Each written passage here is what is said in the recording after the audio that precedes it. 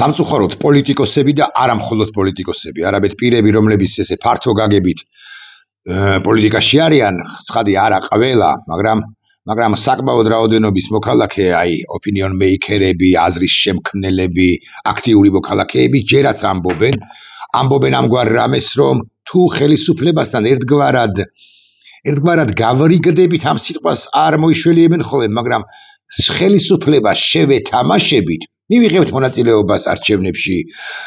გავაპროტესტებთ ამ არჩევნების შესაძლო კი არა გარდაუვალ შედეგებს, მერე რაღაცა საშუალო ვადიან პერსპექტივაზე გავთვლით ჩვენს ბრძოლას ან გრძელვადიანზე. ესე ნაბიჯ თუ წავღლეთ უხეშად ერთ რაიონს, ორ რაიონს, სამ რაიონს, ჩამოვშლით, რაღაცა მის კორუფციულ გეგმებს ვამხელთ, მის ბანდიტიზმს შევეწინააღმდეგებით, მაგრამ მოკლედ თავს არ დავაჭერინებთ. ამ შემთხვევაში გარკვეული პერიოდის შემდეგ ჩვენც ჩამოვშლით ამ ბანდა ხელისუფლებას და ჩვენ რო ჩამოვშლით, ისედაც ჩამოიშლით, თავისითაც ჩამოიშლებიან. ეს ჩემი მოსაზრებით არასწორი ანალიზიც არის, არასწორი სტრატეგიაც არის, არასწორი ტაქტიკაც არის, არასწორი ფიქრია. ხელისუფლება რაც არ უნდა შიგნიდან შეჭამოს დაჭამოს ერთმანეთი, ისე არ შეჭამს, დაჭამს თავისივე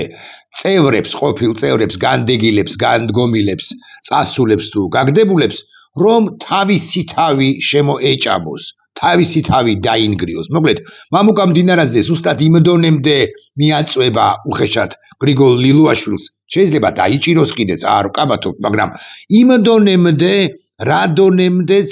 ეს მას გაუვა და ისე არის ზამს, იმიტომ კი რომ ჭკვიანია. არამედ იმიტომ, რომ ბიზინა ივანიშვილია მის ზურგს უკან და ბიზინა ივანიშვილი ყველაფერს აკონტროლებს და ის არის ჭკვიანი, ისე არის ზამს მამუკა მდინარაძე თუ კობახიძე თუ ვინც არიან ამ ბანდის წევრები, რომ შემოერეპრესიოთ მათივე გუნდის წევრები ისე, რომ მერე თავად ჩამოიშალონ. ასევე ეს ერთი ნაწილია, ხო, მაგრამ მეორეზე გავამახვილე ყურადღება საზოგადოების ნაწილი ჯერაც ფიქრობს, რომ მამუკა მდინარაძე რომელიღაც და ირაკლი კობახიძე და პაპუაშვილი და გელაძე და მოკლედ ბიზინა ივანიშვილია და იქნება ბიზინა ივანიშვილია და, ხო? იქნება ისეთი იქნება დამნდობი გარკვეულ შემთხვევებში გაგვეშვება და თავს მიგვანებებს, მაგრამ ჩვენ ხომ ვიცით და რეალურად უნდა ვიცოდეთ, რომ ბიზინა ივანიშვილი დამნდობი არ იქნება არც იმ პირთა მიმართ, ვინც მას გააფთრებულ წინააღმდეგობას უწევს, არც იმ პირთა მიმართ, ვინც გარკვეულ კომპრომისებზე წავა, მაგალითად გახარიას მიმართ ის დამნდობი არ იქნება არაზდიდებით. პარლამენტში რო შევიდეს კი არა, გახარია. პირდაპირ მნიშვნელობით ბოდიშები რომ მოუხადოს ბიზინა ივანიშვილს, კიდევ უფრო მეტად შეიძლება ასე ითქვას, გადათელავს და გადაჭყლեց, გასწრეს ბიზინა ივანიშვილი. ოდესღაც მისეული ან ივანიშვილის სეული გაგებით მოღალატეს, იმიტომ რომ ერთხელ მან გახარიამ მას ივანიშვილს უღალატა.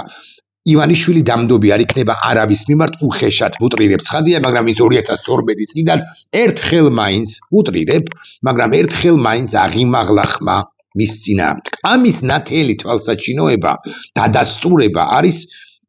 ერთი ამბავი, ხო უამრავი ამბავია. აი მზია ამაღლებელმა ხელი გაარტყა მილიციელს და ამის გამო უნდა დაისაჯოს და მართალია მუხლი გადაუკვალიფიცირდა, მაგრამ ამის გამო მაინც უნდა დაისაჯოს. თითქოს რაღაც შეღავათზე წავიდნენ, მაგრამ ის 2 წლით მაინც უნდა იყოს საპატიმროში. სხვების ამბავიც ხო, ყველა ამბავი ხო ვიცით, მაგრამ აი გელა ხასაიას ამბავი ხო არის ერთი და ალბათ ყველაზე კარგი თვალსაჩინო მაგალითი იმისა, რას უშვება სისტემა და ამ სისტემას ხომ ადამიანები ქმნიან ამ სისტემაში, ხო ადამიანები არიან ამ სისტემას, ხო ადამიანები ემსახურებიან, ხო სისტემა და კონკრეტული ადამიანები უყოლებლივ ყველა მართლა რომელიღაც ეტაპზე ღმერთმა უწყის რა საიმას საქნელი ადამიანები ერთ კონკრეტულ პიროვნებას, რომელსაც არანაირი ფორმალისტური თვალსაჩინოების ბრა დანაშაულიც კი არანაირი დანაშაული არ ჩაუდენია. უბრალოდ გელა ხასაია ეს ახალგაზრდა გალელი კაცი, ვაჟკაცი კაცი იყო, არის და მომავალში ცხადია იქნება პროტესტების აქტიური მონაწილე და სწორედ ის რომ ეს კაცი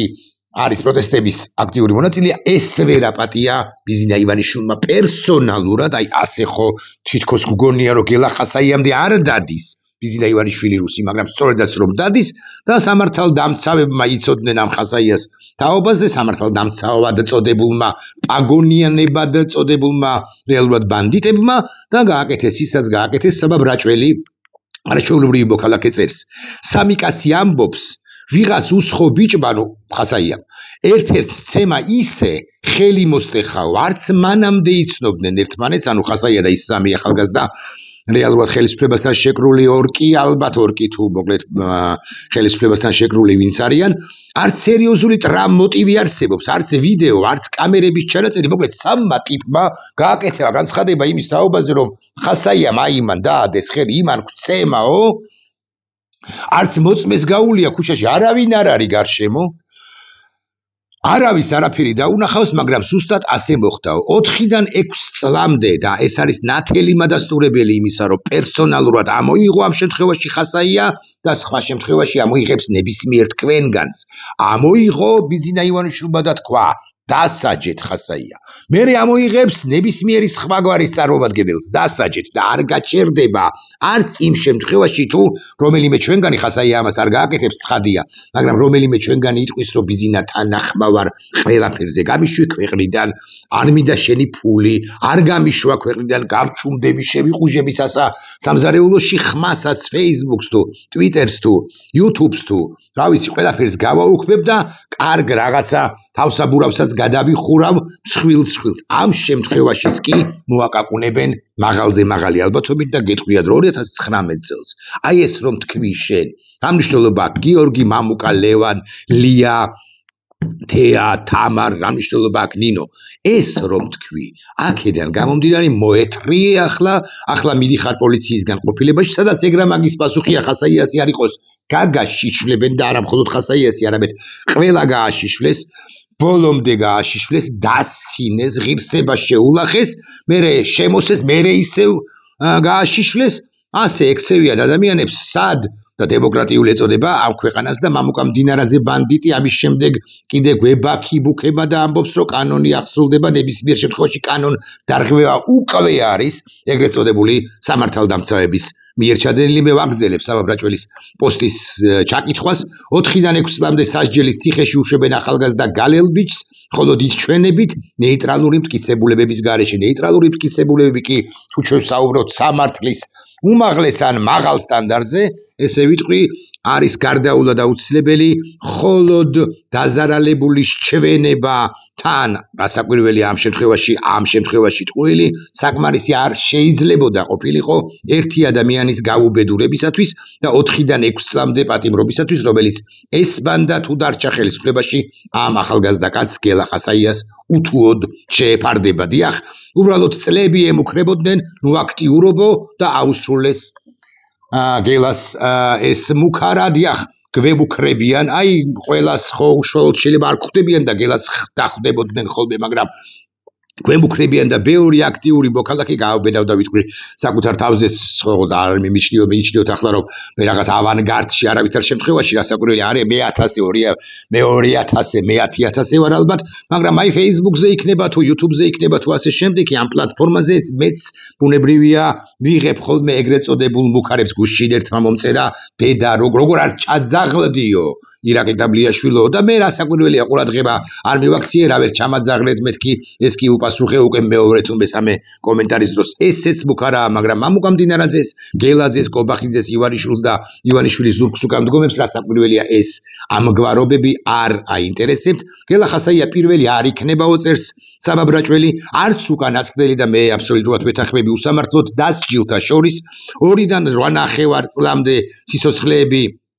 მოვაკლეს უკვე ათეულობით სტუდენტს, ექიმს და იგულისხმებიან პოლიტ და სინდისის პატიმრები, ჟურნალისტს, მასწავლებელს, ტაქსისტს, მუშას, მსახიობს, ვეტერანს გელა და სხვების სიკვდილამდე ვინც სცემეს, იმათ ცივი გელა და სხვების სიკვდილამდე ვინც სცემა, იმათ ცივი ნიავი არ მიხკარებიათ და ვიდრე ივანიშვილი დგას არის და დგას ამ სისტემაზე ამ ტიპებზე ვიდრე დგას, მათ ცივი ნიავი რასაკვირველია არ მიეკარებათ, ამიტომაც უნდა ჩამოიქცეს ეს ქვეყანა არ მიეკარება ცივი ნიავი, ასე მაგალითად კახა კალაძეს დამოგვიგდოთ ის მერი იქნება თუ მარო, ბოდიშ სვიფტი არა შეურაცხყოფ ეხლა მე მას უბრალოდ სახელი მერი გამახსენა. მოკლედ დედაქალაქის თავკაცი იქნება. დედაქალაქის თავკაცი მე-19 საუკუნეში იყო დიდი დიმიტრი ყიფიანი. მას ვერ დაეტოლება ვერც ერთი შემდგომი მერი, მაგრამ აი კი უნდა გქონდეს ხანდახან გაჯიბრების სურვილი, სწორედ დიმიტრი ყიფიანთან როგორც მოღვაწესთან და კალაძეს აქვს გაჯიბრების სურვილი, არ ვიცი რომელიმე ბანდიტთან, კრიმინალთან თუ კრიმინალურ ავტორიტეტთან. მოკლედ კალაძე ამბობს შემდეგ რამეს და მას ცივინიავი არ მიეკარება თუ ივანიშვილი დარჩა ხელისუფლებაში, რომ უფასო ფულიო რას ნაპარაკობთო, მართლაც დარიგდაო და დაარიგდა. სიმართლეა ეს, ხალხისთვის არ დარიგებულა, უბრალოდ უფასო ფულის შოვნის შესაძლებლობა მიეცა ყველა იმ ბანდიტს, რომელიც ბიზინა ივანიშვილს მოეტენა, შეეტენა და უამრავი წინსართი თუ პირველი ორი ბგერა თუ ერთი ბგერა დაურთეთ სიტყვას ეტენას წინ. რა აზრი აქვს გონივრული ეჭვის მიღმა სტანდარტებზე წერასო წერს საბა ბრაჭველი, ნეიტრალური მტკიცეული შინაარსის გარჩევას, საკონსტიტუციო სამართლის პრაქტიკის მოშველიებას, იურიდიული ცნებებით ვის ვუმტკიცო ახლა, რომ ირგვლივ განუკითხაობა და უსამართლო არისო, სამართალს ვერსად იპოვიო ამ ქვეყანაში ძვირფასო მოქალაქეებო, ძვირფასო და აქტიურო მოქალაქეებო, რასაკვირველია არ და ვერ იპოვით სამართალს ერთადერთი სინდისი და ასე რომ ამბობენ ხოლმე შუბლის ძარღვი უნდა გქონდეთ და შეგრჩეთ და თუ სინდისი არ გაქვს ნაციონალებიდან მასონებამდე ყველა საკენკ არგუმენტს მოიშველიებ, შენი მონობა რომ გაამართლო ისევ და ისევ საბა ბრაჭველი, შენი მონობა რომ გაამართლო კიდევ ბევრს დაიჭერენ არა და სცემენ, გააქცევენ, გააუბედურებენ და ასე შემდეგ. ეს აქვს განზრახული ბიზინა ივანიშვილს რუსს და აქედან გამომდინარე თუ კი სინდისი გაქვს ერთადერთი ადგილი სადაც ამ შაბათს უნდა მიხვიდე, ზიასათვის, თორდიკესათვის, საბასათვის, საბას არც ეს ამშობლად საბასათვის, გელასათვის, ყველასათვის სამართლის მაძიებლებთან უნდა მიხვიდეს უსთაველის გამზირზე იქნება. დიახ, ჩვენ მივდივართ უსთაველის გამზირზე და უნდა ვთქვათ, რომ არა, ამ რუსულობას არა, რაც არ უნდა იბაქიმუქოს მამუკა მდინარაძემ თუ ნებისმიერმა სხვამ, რაც არ უნდა თქვას, რომ ისინი ვიზიტელი მათ ენაზე ვიტყვი, თურმე აქაო და სახელმწიფოს იცავენ, სახელმწიფოს კი არ იცავენ, არამედ აპირებენ ამ სახელმწიფოს დამატებით პრიხვატიზაციას 90-იან წლებში იყო ეს ტერმინი, ანუ მის საკუთრებას, დაპატრონებას, საამ უფსკრულის გაზრდას, საზოგადოების დაბალ ფენასა და ეგრეთ წოდებულ ელიტურ ოღონდ ინტელექტუალური თვალსაზრისით ელიტურ კი არა, რეალურად მომხვეჭელობის მომხვეჭელობისა და გამო ელიტას შორის უფსკრულის და აი ამ გაუბედურებული ხალხის 45 ლარი მოგიმატეთ, მადლობა მითხარით პენსიონერებო, ამის თქმას წლიდან წლამდე თუ არჩენებამდე. ძიმე ემოციებს რას ეხა ეს ბანდიტი მდინარაძე ამბობს, რომ ჩვენი ინფორმაციით ვაპირებენ ისეთი პროვოკაციის დაგეგმვას, რაც გამოიწვევს ძიმე ემოციებს ადამიანებში არა, პროვოკაციებს კი არ ექნება ადგილი 4 ოქტომბერს, მე რა უფლება მაქვს ამაზე ვილაპარაკო, მაგრამ მაინც 4 ოქტომბერი იქნება უკიდურესად მშვიდობიანი აქცია და ის ბევრჯერ მithქვამს და ვიტყვი ახლაც ხო თუ დამთავრდა წარმატებით და მდინარაძეთა და კობახიძეთან გაგდებით ამ პოლიტიკიდან და მმართველობიდან და განთავისუფლდა ქართული ოცნების მარწუხებისაგან, ბიზინა ივანიშვილის რუსეთის მარწუხებისაგან საქართველოს დაიწყო განთავისუფლების პროცესი, ხო კარგი, მაგრამ მინიმუმ მოაყანყალებს ამ რეჟიმს ეს რომ უნდა ვიცოდეთ, ეს ფაქტია და აქედან გამომდინარეა თითოეული თქვენგანის ვალი, რომ გავიდეთ არჩევნებზე, ოღონდ რას აპირებს ბიზინა ივანიშვილი? ღმერთმა უწყის, იმიტომ რომ იცით თქვენ რომ მე არ ვაქვეყნებ შეგნებულად და არ ვაქცევ დიდ ყურადღებას, 1-2 კი წამოვსდა წინა თუ წინის წინა ბლოგში თუ ლაივში, ხო, რა ვრცელდება ინფორმაცია, რომ GDD-ს 5 თუ 7,000 თანამშრომელი გამოდის, რომ კახელების დაჯგუფება თუ GDD იქნება ჭიჭინაძეზე თუ პირიქით, ასე რა ქვია, ჩიტაძის ქუჩის კუთხეში, იქ ვრცელდება როგორ იქნება აღჭურვილი ერთი GDD ეს რაღაც 10 მეთაური თუ 100 მეთაური, მეორე რისი ეშინიათ, რისი არ ეშინიათ, კიდე დღესაც რაღაც ინფორმაციები გავცელდა შეგნებულად, მე არ ვამახვილებ ამაზე ყურადღებას, იმიტომ რომ მე არ ვიცი, საბოლოო ჯამში ეს არის შეგნებულად შემოგდებული პროვოკაცია, ინფორმაცია სწორედ GDD-ს კი არა, მართველი ქართული ოცნება, რუსული ოცნების მიერ თუ მართლალი ამბავია ეს და ჩვენ მართლა უნდა მომემზადოთ, ამიტომ გადამოწმებული არ მაქვს რა, გადამოწმებული ბასკი ძალიან დიდი დრო, რესურსი და სჭირდება და შეიძლება შეუძლებელიც კი არის. აქედან გამომდინარე, მათ ყურადღებას ამაზე არ ვამახვილებ. მე ვიცი ერთი რამე, რომ საზოგადოება უნდა იყოს და მე არ მესმის პოლიტიკური პარტიებისა, თუ არ ვწდები ლელოზიელმა საქართველოს გააკეთა განცხადება ამის თაობაზე, რომლებიც ამბობენ, რომ იცით რა ჩვენ არ გავალთ წადით არჩევნებზე და ქართველი ხალხი ძალიან წუხوار ამას რომ ამბობ, მარტო არჩევნებით თუ შემოიფარგლებით, ეს ხო დიდი უბედურება იყო. თქვენს თავს, მაგრამ მე ვიქნებოდი პირველი, ვინც დაგიცავდათ რა ამ ლოგიკა რო დამენახა ამ ყველაფერში, მაგრამ ახლაც დაგიცავდით განა არა, მაგრამ როდესაც მე უკვე აცხადებ, რომ აქციაზეც არ გავალ, ხო, ეს კი უკვე საბოლოო თვით განაჩენია, გახარიაზე აღარც ვლაპარაკობ, თუმცა კიდევ ერთხელ უფიქსირებ ბატონ გახარიას, რომ იმ შემთხვევაში თუ კონტექსტში ჩემთან ინტერვიუზე არაკომფორტულ კითხვებზე დაასტანხდება, ის მე ბუნებრივია მასთან ამგვარი ლექსიკით არ ვიქნები გამორჩეული, არ ვეთქვი რომ ის ბიზინა ივანიშვილის თამაშობს, თუმცა ძიმე კითხვები რასაკვირველია, მასთან მექნება ისევ და ისევ გელა ხასაია და აი ჩვენს სინამდვილეში იბადებიან თანამედროვე სივრცეში იბადებიან გმირები, მეთქი აკი ვთქვი და ახლაც გავამახვილებ ყურადღებას, სწორედ ამ ასპექტზე ის ახალგაზრდა კაცი არის ამბობს შემდეგ რამეს, თუ ამათი მიზანი ანუ ბანდისა შეშინება ერთადერთი რისიც მეშინია ქვეყნის დაკარგვა, რომელ მათგანს ესე ვიტყვი ჩვენგან ბევრს რასაკვირველია, მაგრამ რომელ მათგანს კი ბოდიშებთ ამ სიტყვისათვის და ეყოფა უკანალი, რომ აი ესე გამომწყვლეულს საპატიმროში რაწამებს გაშიშვლებულს მანამდე ფსიქოლოგიური ზეწოლის ქვეშ მოხვედრილს ეყოფა უკანალი, რომ აი ამ ახალგაზრდა კაცის აი ეს შთამბეჭდავი სიტყვები ან მაგვარი სიტყვები წარმოთქვავს, თუ ამათი მიზანი შეშინება ერთადერთი რისის მეშინია ქვეყნის დაკარგვა. დიახ, ჩვენ სწორედ ქვეყნის დაკარგვის შიში რომ გვამოძრავებს და გვაფიქრებს და გვანერვიულებს, აკი ამიტომაც ვიდექით დგავართ და ვიდგებით ქუჩაში, სხვათა შორის აქვე დაუანონსებ ირაკლი კობახიძეს, არა მასთან ერთად არასოდეს არ გავალთ ქუჩაში, რასაკვირველია, იმიტომ რომ ის რუსეთის მოღალატეა, მაგრამ მომავალ ნებისმიერ ხელისუფლებას დაუპირისპირდება ნებისმიერი პატიოსანი მოქალაქე, პატრიოტი მოქალაქე, თუ იმ მომავალ ხელისუფლებასაც შეატყობს იმას, რაც დაატყო თუ შეატყო ამ არსებულ ხელისუფლებას, უბრალოდ რუსეთის სტოლრებს საქართველოში და ამ ყველაფერთან რა კავშირშია, კი არა პირდაპირ კავშირშია ის, რაც დოროთე ყურაშვილმა ამ კიდევ ერთმა საპატიმროში არ არის ეს კაცი და კარგია რომ საპატიმროში არ არის ღვთის სიტყვას ავრცელებს ქართულ საზოგადოებაში, მაგრამ ასევე ავრცელებს საერო სიტყვასაც, იმიტომ რომ ჩვენ შემოსილნი კი ვართ, ჩვენივე პროფესიებით, მე ჟურნალისტი ვარ, გადავოეცი ტაბლიაშვილო მშრალი ფაქტები, შენი კომენტარები სულაც არ გჭირდება, ბევრი თქვენგანი დღესაც საყვედურობს, მაგრამ შემოსილნი კი ვართ პროფესიებით, ვინ ექიმია, ვინ მასწავლებელი, ვინ ჟურნალისტი, ვინ სამღვდლო პირი, მაგრამ ამავდროულად ვართ პირველ ყოვლისა ვართ ჩვენ საქართველოს შვილები, საქართველოს მოქალაქეები და ყოველგვარი კონკრეტული პროფესიისაგან განმოსილნი, ხო? და საქართველოს სიტყვას ვამბობთ, დოროთე ყურაშვილი ხო ამბობს ამ ბიონიდან, არა მხოლოდ ქრისტეს თაობაზე გვესაუბრება, არამედ გვესაუბრება უფრო ფართოდაც ქრისტეზე ფართო რა უნდა იყოსო, ხო, საერო საქმეებს გულისხმობ ახლა,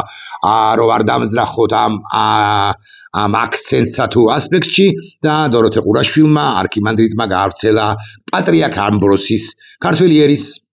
უზარმაზარი, აი ეს ბანდის თანანაწილი ეკლესიის ბევრი წარმომადგენელიც რო ვერ უარყოფს მის დიდ პატრიარქობას იმ კაცის სიტყვები და მე ამ სიტყვებს ჩავიკითხავ არქიმანდრიტ დოროთეს კი ამ შეხსედებისთვის ცხადია ვუხდი მადლობას. პატრიარქ ამბროსის ქართველი ერის ეროვნული ინტერესების ღალატში ზდებენ ბრალსოს წერს დოროთე ყურაშვილი, პასუხს თხოვდნენ გენუის კონფერენციისადმი გაგზავნილ მემორანდუმის გამო, პოლიტიკური იყო სასამართლო დაკითხვისას ამბროსი ხელაიამ უდიდესმა პატრიარქმა, ორ უდიდეს პატრიარქთა შორის ერთ-ერთმა, ანუ კირიონი არის უდიდესი პატრიარქი და არა ლეონიდე, ეგრა მაგის პასუხია ისტორიკოსებმა, ემან არ შემომიტიონ, კირიონის შემდეგ იცით რომ იყო ლეონიდე ოქროპირიძე, მერე იყო ამბროსი ხელაია, ნაწამები ციხეში ჩასმული და 27 წელს პრაქტიკულად მოკლული, მათ შორის მომავალი სამღვდლო მაღალი იერარქების მიერ ფსიქოლოგიური ზეწოლებისა და გამო, ოღონდ ამაზე არ ჩამაღრმავოთ ახლა, ამაზე არ მაპასუხებინოთ, რა მოუწყეს 24-დან 27-მდე განსაკუთრებით ამბროსი ხელაიას, მაგრამ ეს სხვა ისტორია დაწყდება ემოციები და მერე ვილაპარაკოთ. ახლა კი სწორედაც რომ გენუის კონფერენციისადმი გაგზავნილი წერილის მემორანდუმის დროს პოლიტიკური იყო სასამართლო, მისი და რა უპასუხა მერე დაკითხვისას ამბროსი ხელაიამ, საბჭოთა სასამართლოს როგორც მამამთავარი აღვიმაღლო ხმა, როდესაც ჩემს ერთ საქმე უჭრის, როდესაც ისეთი ვითარება იქნება, რომელშიც შეუძლებელი ხდება ერის რელიგიურ ზნეობრივი სახლის შენარჩუნება, როდესაც ერთმევა საშუალება და საშუალება თავისუფალ მოქალაქეობისა. თუ მე ვიცავდი ჩვენი ერის თავისუფლებას და ის იცავდა 1921 წელს ოქტომბერში არის ინტრონიზირებული ამბროსი ხელაია დიდი პატრიარქი, ანუ ბოლშევიკები უკვე შემოსულები არიან, სისხლის კალოები უკვე დაყენებული აქვთ, მაგრამ სწორედაც რომ 21-ის ბოლშევიკების, ანუ თებერვლის ამბების შემდეგ შემოვიდა სოციალ-დემოკრატიული მთავრობის, პირველი რესპუბლიკის მთავრობის საფრანგეთში წასვლის გაქცევას არ ვიტყვი, წასვლის შემდეგ ხდება ის პატრიარქი და ის ამბობს შემდეგ სიტყვას სასამართლოზე, როდესაც ერთმევა საშუალება თავისუფლად მოქალაქეობისა, თუ მე ვიცავდი ჩვენი ერის თავისუფლებას, ამის უფლებას მაძლევდა ჩვენი სარწმუნოებრივი მოძღვრება. ჩემთვის ტკბილი იქნება ის სასჯელი, ნახეთ, რა სიტყვებია, რა გააზრება, რა გასიგრძეგანება, რა მიდგომა, რა ფილოსოფიური საწყისებია. ჩემთვის ტკბილი იქნება ის სასჯელი, რომელსაც მომისჯის უზენაეს სასამართლო მშობლიური ეკლესიისა ერის თავისუფლების დაცვის მიზნით ხმის ამოღებისთვის. ეს იქნება დაგვირგვინება იმ ჯვარისა, რომელიც ჩვენგან ნატვირთია და ვატარებთ ჩემი ცხოვრების თითქმის 37 წლის განმავლობაში. მოგმართავთ ქრისტეს სიტყვები წერს, ამბობს ამბროსი ხელაია ასულნო იერუსალიმისანო, ნუ სტირით ჩემ ზედა, არამედ თავთა თქვენთა სტიროდეთ და შვილთა თქვენთა. უკვე შემდგომ იცით თქვენ მეტეხის ციხეში პატიმრობაში მყოფ ამბროსის უთხრეს მოინანიე, ბოდიში მოუხადე ხელისუფლებასო, ანუ ბოლშევიკებს. წმინდა ამბროსი ხელაიამ უპასუხა ასე, შეიძლება მეც მომეთხოვოს იგივე სინანული, როგორც ჩამოურთმევიათ რუსეთის პატრიარქ ტიხონისათვის და ამის გამო ჩემი განცხადების პროექტი